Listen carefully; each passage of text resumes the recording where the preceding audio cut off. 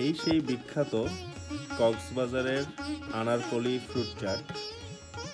এটার টেস্ট মোটামুটি ভালোই ছিল।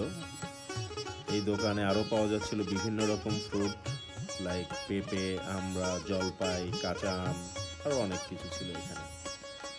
এরপরে আমি যেটা ট্রাই করলাম তাদের ফ্রুট চাট।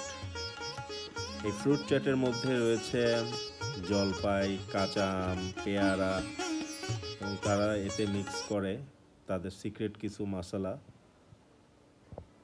তো অন অ্যান এভারেজ ভালোই ছিল। পার প্লেট তারা 50 টাকা করে রাখে। সবাই এটা ট্রাই করে দেখতে পারেন। কক্সবাজারে হিমছড়িতে আমি মিক্স ফ্রুটটা পাই।